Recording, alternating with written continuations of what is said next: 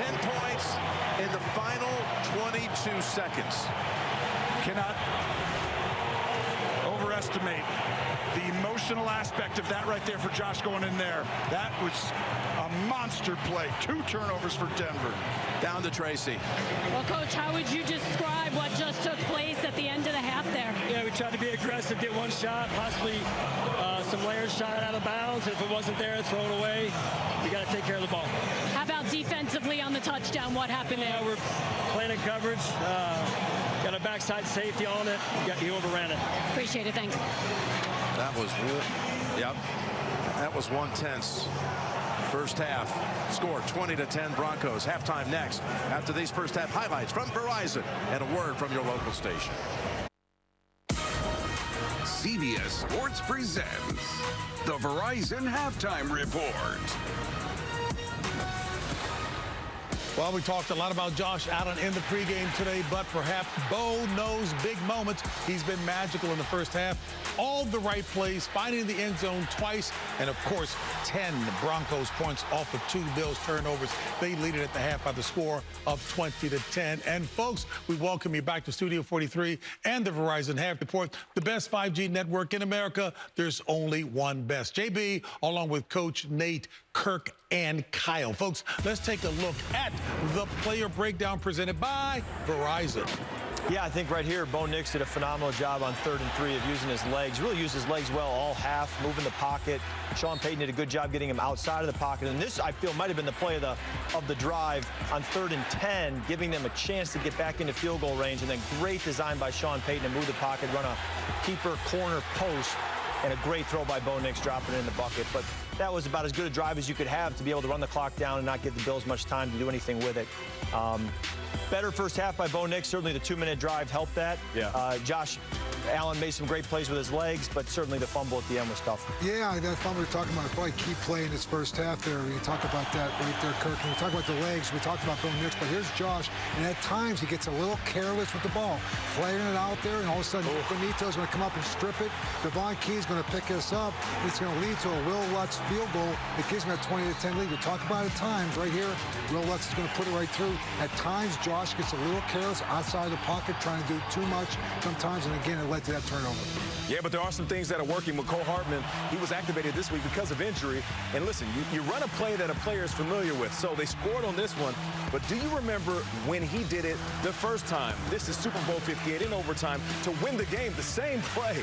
The game-winning touchdown in overtime. And he's the only player to catch a TD from Patrick Mahomes and Josh Allen. You know what the problem is? There's been no O-lineman on the highlight. Well, wait just a second. Frank Crum from Wyoming. Here he comes. Extra offensive lineman. They're going to fine his butt in that meeting for getting a little carried away with the celebration, Kirk. But this is the creativity you want to see. Take the ball. Energy. You talk about just injection of energy on the sideline. That's what it looks like right there. Relax. Woo! Yeah, Hey, the big fellas like it when the big guys score. I'm going to say this. I think in the second half of this game, we talked about the altitude. Yeah. Bo Nix right now is running all over the place. And I'll tell you what, you start to think about the fourth quarter and that defensive line getting tired, trying to chase him. We're going to see how that plays effect. And we also said in the second half, right now, Josh Allen and this Buffalo Bills, highest scoring team that they are in the National Football League. Yeah, I wouldn't count the Bills out. I think they can come right back. Yeah, 100%. They can come right back. Josh Allen is phenomenal in the fourth quarter. So is Bo Nix. But I have to give credit to this Broncos defense, doing a really good job of heating up Josh Allen. They're getting to him, getting sacks. They're blitzing 60% of the time. But the thing they have to worry about is be careful of leaving those lanes. When you're blitzing, you oftentimes can create a lane for a guy like Josh Allen to create a big run or score a touchdown. And then also always know where the hot route is defensively. Because with one guy goes, you know they're going to replace that with the receiver. Potential 10-point swing with the 2 turnovers when you think about the touchdown or the lack of a touchdown by James Cook when he fumbled in the low red zone. And then giving up the field goal at the end of the half. It's really a 10-point swing there just because of a couple careless fumbles. I want to talk about the fact that Buffalo ran all over Denver last year. And this year, You would think it's the same team, but the three guys who aren't out there, Singleton, Hufanga, Greenlaw. Early in the game, Singleton forces the fumble. Yep. Hufanga falls on it. These guys are showing up. It's a different game this year, guys. I think you look again, I love what Sean Payton has done with Bo Nix. He came out, go no huddle. He's got them right now, and I think he's talking about using, there's only so many rotations. You're talking about the depleted defense of the Buffalo Bills. They've been hurt coming into this right now, and now all of a sudden you pick up the pace, and we talked about the second half and the altitude playing a case. We're going to see if that's going to transfer. It's going to take place here in the fourth quarter. And the drops were a big deal in the first half. Yep. Shout out to Lil Jordan making up for it with that big play right before halftime. Keon Coleman, we're waiting for you to make a big play. This is the perfect time to quiet all the narratives about you not showing up in big moments. Nostrils have been cleared out with some hard hitting in this game. They are hitting out there, JB. Why would they find Frank Crum? Playoffs. Oh, You're not supposed to do anything individual as no lineman. I got you. And the Verizon halftime report continues after this. CBS Sports presents the Verizon Halftime Report. Verizon, the best 5G network in America. There's only one best. CBS Sports presents the Verizon Halftime Report. Verizon, the best 5G network in America. There's only one best.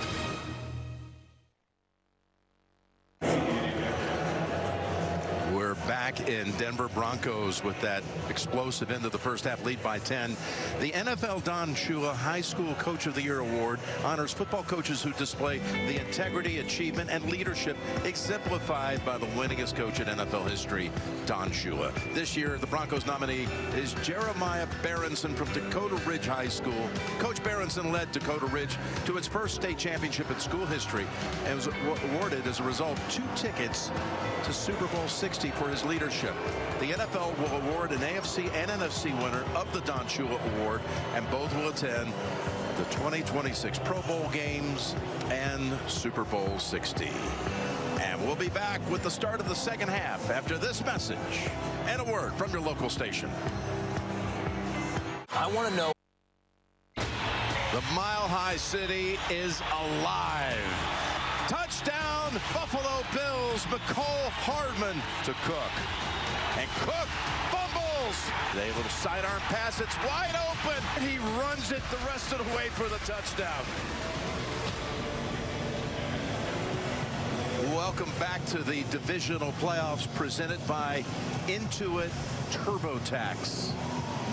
20-10. Denver with 10 points in the final 22 seconds to take that big lead. And right now, let's take a look at Perfect Pairs presented by Pepsi. Well, this is the jumbo package. They're using all the big personnel. And you see Crum with a touchdown here. Sean Payton's most in his entire career, his tenure with the Denver Broncos, using big personnel. I thought Buffalo was going to do that today. Sean Payton switched it up, and it has been fantastic for them, averaging over 8 yards per play on it, because Buffalo matches in nickel. They stay small. I'd continue that. Here's the Lutz kick to start the third quarter, and it's Davis looking for an opening. Doesn't exist, and he's swarmed down at the 34, and Tracy caught up with Sean Payton earlier. Sean, what a turn of events to end the half, but we know this Bills team never lets up. How do you make sure to keep your foot on the gas? Well, look, they're a good second half team, but so are we. And we felt like coming in, the bye week doesn't help you in the first half, but it helps you in this half. Thanks a lot. Thank you. Interesting point there. That is a great. And word of caution, both of these teams have had massive comebacks during the season.